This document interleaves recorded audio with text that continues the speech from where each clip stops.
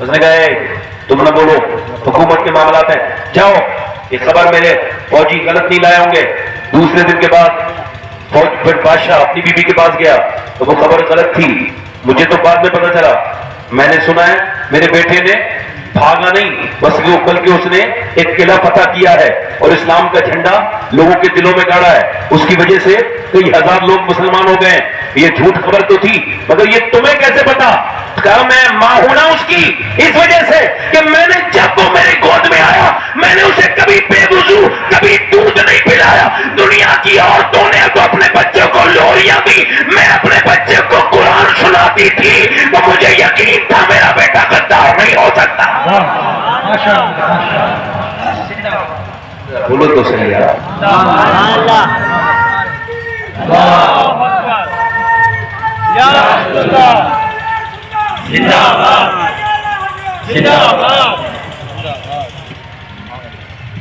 اس کا مطلب ہے کہ اگر ماں چاہے، پہلے شادی کرتے تھے لوگ تو کہتے تھے کہ نانی کر دے تو، میں ادھر نہیں دیکھ رہا ہوں، یہ علماء ہیں، یہ بولے تو سبحان اللہ، نہیں بولے پھر بھی سبحان اللہ۔ ان کا معاملہ ہے، کوئی بڑوں سے کہہ سکتا ہے تم بولو سبحان اللہ؟ تو کیسے میں کہتا ہوں؟ حالانکہ مجاہد ملت نے فرمایا ممبر پہ بیٹھو تو اس کا حق ادا کرو، مگر میں نہیں کہوں گا، مجھے کیا ضرورت ہے؟ مجاہد ملت نے فرمایا تھا۔ آپ ذرا زور سے بولیں سبحان اللہ، دل لگا کے بولیں۔ میں جو آپ سے عرض کر رہا تھا میری بات پہ دھیان دیجیے گا، غور کیجیے۔ پہلے شادی کرتے تھے تو نانی تک دیکھتے تھے، نانی نیک تو نواسی بالکل ٹھیک تھا، اب ایسا نہیں کرتے ہیں، اب کہتے ہیں کہ پیسہ چاہے ہو کیسا، بیٹی مل جائے اس کا پیسہ، اور پیسے کے بعد جہیز لے لیا حاجی جی نے۔ ہاں یہ حاجی جی فلسطین کے لیے روتا ہے اور بیٹی کے لیے، بیٹے کی جب شادی کرتا ہے تو کہتا ہے گاڑی سے نیچے کی بات نہیں کرتا، فلسطین کے لیے دعا کر رہا ہے، کتنا اچھا دل ہے اس کا۔ تیرا جواب نہیں مسلمان، کیا کہے تیرے پڑوسی پر تو نے جتنا ظلم کرنا تھا سارا ہی کر دیا، اور تجھے فلسطین کے لوگ بڑے رلا رہے ہیں۔ فلسطین کا درد ہے ہم سب کے سینوں میں، مگر جو وہاں کے مسلمانوں کے لیے دل پریشان ہے اور اپنے ملک کے مسلمانوں کے لیے شادی کرتے تھے پہلے لوگ، میرے نبی فرماتے ہیں میں تم کو یہ کہوں گا کہ اگر وہ باندی ہو، کنیز ہو، رنگ اس کا کالا ہو، اور اگر وہ دیندار ہو تو خوبصورت سے اور پیسے والوں کو چھوڑ کے اس دیندار سے کرو، تمہارے گھر میں برکت آئے گی۔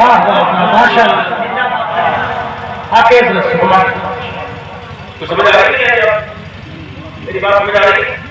مطلب غریبوں کی لڑکیاں تو پڑھی لکھی، قابل، سمجھدار، دیندار گھر میں بیٹھی ہیں، مالدار کی بے حودہ، بے غیرت، بے شرم، بے حیا، ناچنے کودنے والی، گلے میں دوپٹہ ڈال کے پوری دنیا میں گھومنے والی، اس کی شادی بڑی دھوم دھام سے، یہی تو قیامت کی نشانی ہے۔ لڑکیاں توجہ کرو میں ادھر۔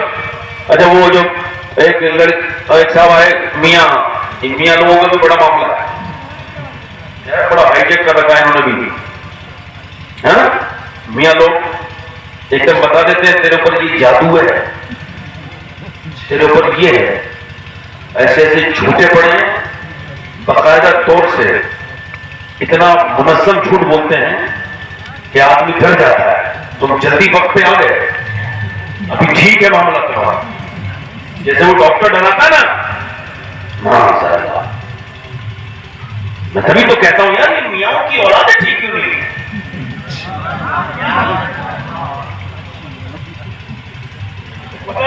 معاملات دوسری طرح سے خراب، اس کا میاں نہیں کہہ رہا، اچھے میاں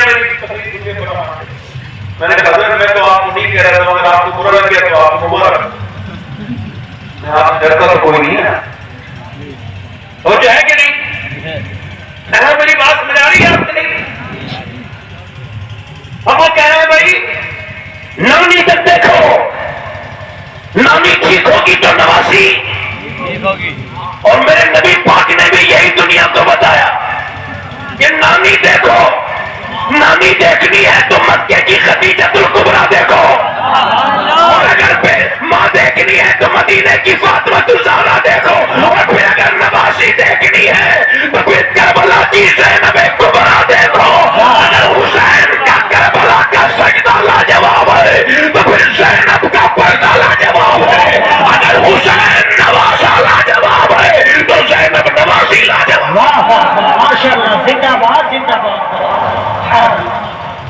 زور سے تو بولو سبحان اللہ، مسکرا کے تو بولو ماشاءاللہ، اچھے لوگ ہیں آپ، دل لگا کے بولو۔ میں آپ سے کیا عرض کر رہا تھا، آج کل لوگ بڑے پریشان ہیں، میاں لوگوں کے پاس جاتے ہیں، کسی طرح سے تعویذ دے دو، کیا ہوا میرا بچہ میری کہنا نہیں مان رہا ہے۔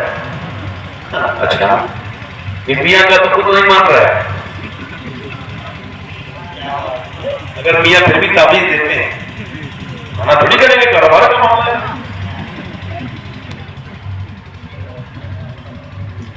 اب سمجھو میری بات کو، امام غزالی فرماتے ہیں بچہ جب پیدا ہوتا ہے انسان کا اور جانور کا، تو جانور کا بچے کو جتنی بھی ضرورت ہوتی ہے زندگی میں تعلیم کی، وہ سارا پڑھا لکھا پیدا ہوتا ہے، 5 منٹ کے اندر ماں کو پہچان لیتا ہے، اور انسان کا بچہ نہیں، جو پیار کرے گا اسے باپ سمجھے گا، جو محبت کرے گی اسے ماں سمجھے گا۔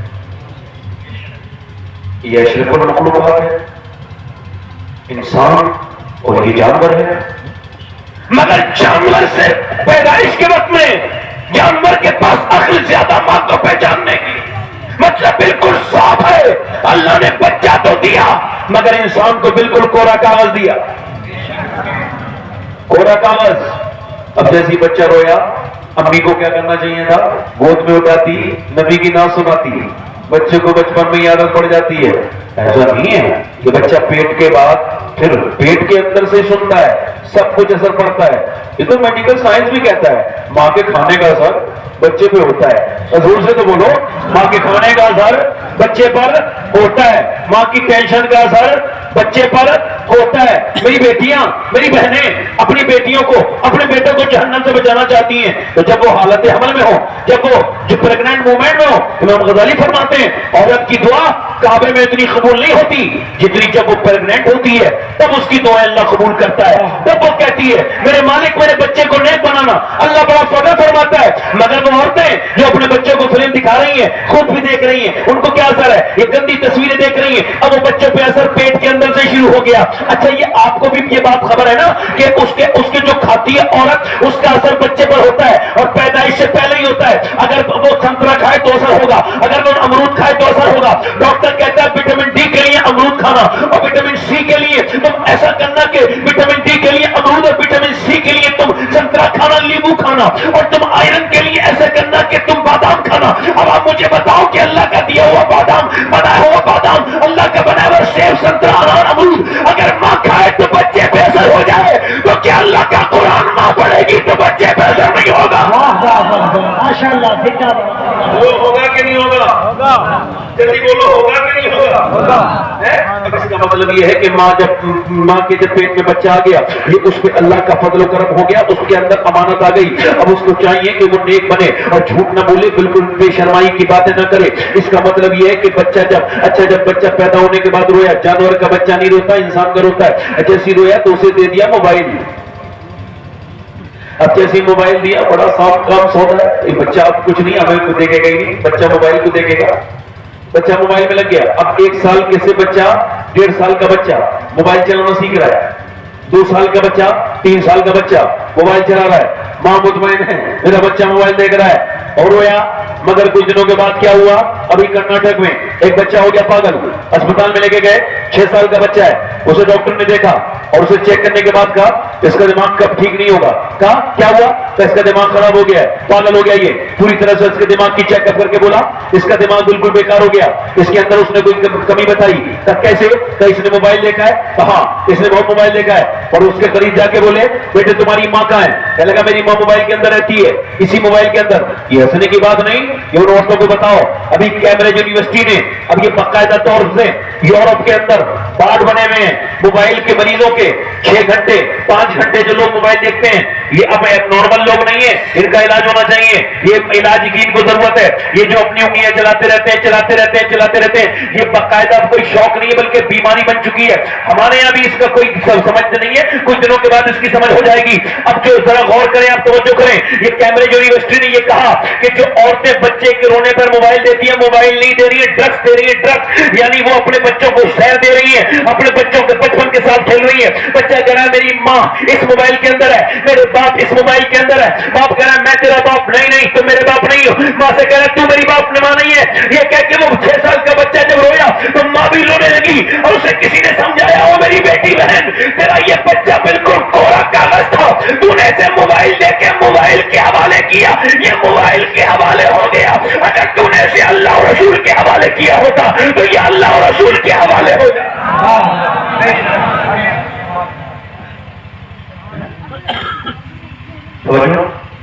میں تو غور کرو, باپ گھر میں آیا اس نے اپنے بیٹے سے پیاری نہیں کی, نہ اسے گود میں لیا, وہ موبائل نہیں لگا رہا بیچارہ, بیمار ہے نا یہ بھی ذہنی طور سے. مچھر کاٹ رہے ہیں آدمی کے مگر اس کو ہاتھ بھی ہلانے کی بالکل بھی سکت نہیں ہو رہی ہے. کیا ہے یہ بیماری ہے. اچھا ایک بات بتائیے, قرآن پڑھے لکھے لوگ جو چاہیں تو 25-30 منٹ میں ایک سپارہ قرآن کا پڑھ سکتے ہیں, مگر وہ فیس بک پہ 3 گھنٹہ دیکھ لیتے ہیں. قرآن وہ ایک ہفتہ ہو جاتا ہے کھولے تھے. مطلب کیا ہے؟ امام محمد غزالی فرماتے ہیں جس کا دل جتنا صاف اتنا ہی قرآن پڑھتا ہے. غوث الاعظم 1 مہینے میں 60 قرآن ختم کرتے تھے. امام اعظم 1 مہینے میں 61 قرآن ختم کرتے تھے. اور امام شافعی 1 مہینے میں 60 قرآن ختم کرتے تھے.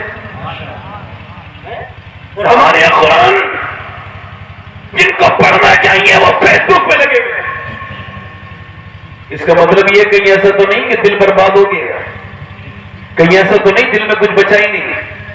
چونکہ حضرت امام حسن بصری کہتے ہیں میرا ایک مرید تھا, سب سے بہترین حافظ قرآن تھا, ٹناٹن مضبوط, بصرہ کا. میرے پاس آیا آگے بولا حضور میں برباد ہو گیا. میں نے کہا کیا ہوا؟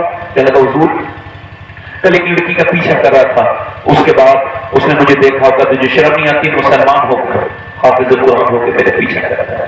کہتے میرے دل پہ اثر ہوا, کانپنے لگا, اور پھر اللہ مجھ سے ایسا ناراض ہوا ہے کہ اب میں ایک بھی آیت پڑھنا چاہ رہا ہوں یاد نہیں ہو رہی ہے. یاد سارا قرآن میرے سینے سے نکل چکا ہے. حضور ابھی تو قرآن نکلا ہے, میرا ایمان نکل جائے, سرکار میری دعا کرتے ہیں. امام حسن بصری نے اپنے اس پولیس سے بڑا پیار کیا, اس کے سر پہ ہاتھ رکھا, اور اس کے بعد امام حسن بصری بہت روئے, اللہ میرے مرید کو معاف کر دے, اس کی خطا کو معاف کر دے. اللہ اکبر. آج تو آنکھیں برباد ہیں نوجوانوں کی, بالکل کچھ بھی نہیں ہو جا. کیا وجہ ہے؟ اور لمبی لمبی فلمیں ڈرامے دیکھنے کے بعد, بے حیا لڑکیوں کو دیکھنے کے بعد پھر بھی اگر توبہ کا دل نہیں کرتا, اس کا مطلب یہ ہے دل میں اب کچھ بچا ہی نہیں ہے. ہوتا تو ضرور توبہ کرتا. ایمان حضور فرماتے ہیں مومن پر گناہ ایسا ہوتا ہے جیسے وہ پہاڑ کے نیچے دب گیا, اور مومن منافق پر جیسے مکھی بیٹھی اور اس نے اڑا دی. اب سنیے, غور کیجیے. حضرت ایک صحابی ہیں, ان کا نام ہے عتبہ بن غزوان, ان کا مزار بصرہ میں ہے, میں نے حاضری کی ہے. انہوں نے اپنی آنکھ میں اپنی تلوار ماری اور تلوار مار کے اپنی آنکھ کا گلہ پھینک دیا. لوگوں نے کہا کہ پاگل ہو گئے. لوگ پاگل کہتے تھے, مگر حضرت ابو موسیٰ اشعری جن کا قرآن حضور نے سنا, جن سے قرآن حضور سنتے تھے, وہ کہتے میں اس کے قریب گیا, وہ میرا دوست تھا. میں نے کہا یار تو نے اپنی آنکھ کیوں نکال دی؟ تو پھر وہ اور رویا. اس کی ایک آنکھ سے صحابی کے آنسو اور ایک آنکھ سے خون کے لترے چترے نیچے گرتے تھے. پوچھا یہ تو بتاؤ کہ آخر تم نے آنکھ کیوں نکالی؟ کہ لگا ابھی ایک لڑکی پہ نظر پڑ گئی, ایک آنکھ. حضور کی حدیث یاد آئی, بدنگاہی کرے گا اس کی آنکھ میں اللہ جہنم کی سلائی ڈالے گا, اس کے کیلے ڈالے گا. تو میں ایک انسان ہوں بہت زیادہ نازک, میرے اگر ایک ذرا سا کیڑا پڑ جائے تو میں چیخ جاتا ہوں. اگر میرا رب مجھ سے ناراض ہو گیا تو میری آنکھوں میں آنکھ کی کیلے ہوں گی جہنم کی, طرف میں کیا کروں گا؟ وہ بدنگاہی کرنے والے, تو نے کیا سمجھا یہ آنکھیں تیری ہیں؟ نہیں تیری نہیں ہیں, تیرے اللہ کی امانت ہیں. یہ ہاتھ تیرے ہیں, تیرے اللہ کی امانت ہیں. کل قیامت کے دن جب یہ تیری آنکھیں تیرے خلاف گواہی دیں گی, یہ بتا بدنگاہی کرنے والے اس وقت کہاں جائے گا تو؟ نوجوان تجھ سے پوچھ رہا ہوں میں, میرے بھائی ذرا غور تو کر. وہ صحابی کہتا ہے میں نے آنکھ نکال کے پھینک دی کہ اللہ مجھے معاف کر دے گا.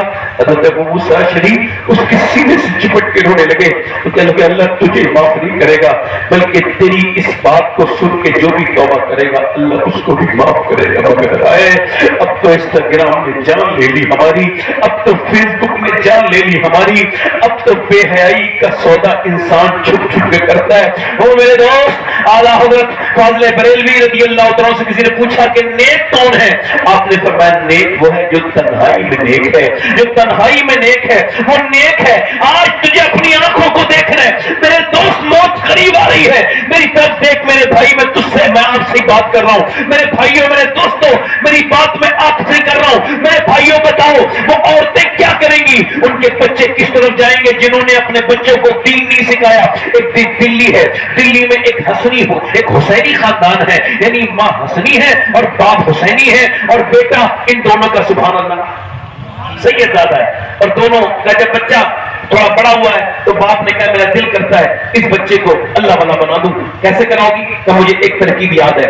اس کی ماں نے کہا ٹھیک ہے بتاؤ کیا. تو باپ نے کوئی بتائی ترکیب, ماں نے اس کا ٹھیک ہے. اس نے ایک روٹی اس نے اپنے بیٹے کے سامنے اندر رکھ دی کمرے میں, اور کہا بیٹے جب مدرسے سے آیا 2 رکعت نماز پڑھو حاجت, اللہ تم کو روٹی دے دے گا. بچے نے 2 رکعت نماز پڑھی اور روٹی اس کو مل گئی. اندر جا کے وہ ایسے ہی کرتا تھا, روز مدرسے سے آتا 2 رکعت نماز پڑھتا, اندر جا کے روٹی اٹھاتا کھا لیتا. اللہ نے روٹی دی ہے. اب وہ 6-7 سال کا ہو گیا, اس کی ماں موت میں گئی. جب واپس آئی دیر ہو گئی, راستے میں پھوٹ پھوٹ کے رونے لگی, مالک میں تو کرم کرنا, میں نے جتنا بھی جھوٹ بولا سب تجھے اور تیرے, میں اپنے بیٹے کو تیرے قریب کرنے کے لیے تو میں ایک گنہگار ہوں, تو مجھ کو معاف کر دینا مگر میری لاج رکھ لینا میرے مالک. اگر آج میرا بچے کو روٹی نہیں ملی تو اس کے سامنے میرا راز کھل جائے گا, میں رسوا ہو جاؤں گی. یہ روتے روتے وہ اپنے گھر کی طرف چلی, اور جب وہ سسکتی بھی گھر پہنچی تو بیٹا سو رہا تھا. کہنے لگا اماں, وہ اپنے بیٹے سے بولا بیٹے, ماں بولی اٹھ جا بیٹے. بیٹا اٹھا, کہا روٹی کھا, نماز پڑھا اور اس کے بعد روٹی کھانا. اس نے کہا اماں آپ تو اتنی دیر میں آئی ہو, میں مدرسے سے آیا, وضو کیا میں نے, آج جب اندر روٹی باتیں کی تو آج جتنی اچھی روٹی میں نے کھائی اتنی کبھی نہیں کھائی, اتنا ذائقہ کبھی روٹی میں کھائی نہیں. اماں آج کی روٹی سب سے اچھی تھی, آج اللہ نے زیادہ مجھ پہ کرم کیا ہے. یہ کہہ کے جو ہے نا بچہ پھر سو گیا, اور پھر وہ بچہ بڑا ہوا, جا کے دلی کے بادشاہوں کے نام دیکھو مٹ گئے, ان کی قبروں کے نشان بھی مٹ گئے. مگر سنو, ہندی میں کہتے ہیں روٹی کو کاکی, وہ جو روٹی والا ہے نا اس کا نام قطب الدین بختیار کاکی ہے. اس کا مزار آج بھی دلی میں دنیا کو یہ بتا رہا ہے, اگر ماننے ہو تو بچے ولی بن گئے. ماں دیکھو تو بچے جلدی بولو کیا بنتے ہیں, بولو. مگر ماں کا نیک ہونا دی, باپ کا نیک ہونا, بے شرم اور بے حیا لوگوں کی یہاں پر حیادار بچے پیدا. اچھا وہ میری بہنیں, میری بیٹیاں سن لیں, جن پہ رنگ چڑھ گیا ہے انگریزوں کا, جن پہ رنگ چڑھ گیا ہے بمبئی کی ہیروئن کا, ناچنے والی بدتمیز عورتوں کا. اچھا مسلمان کے یہاں شادی ہوتی ہے, لگتا ہی نہیں مسلمان کی شادی ہے.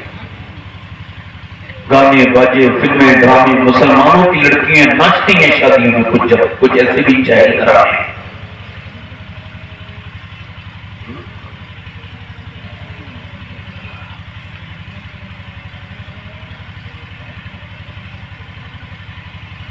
مسلمان بچیاں جنہوں نے اپنی آستینیں آدھی کٹوا لی, ان کے لیے بتا رہا ہوں.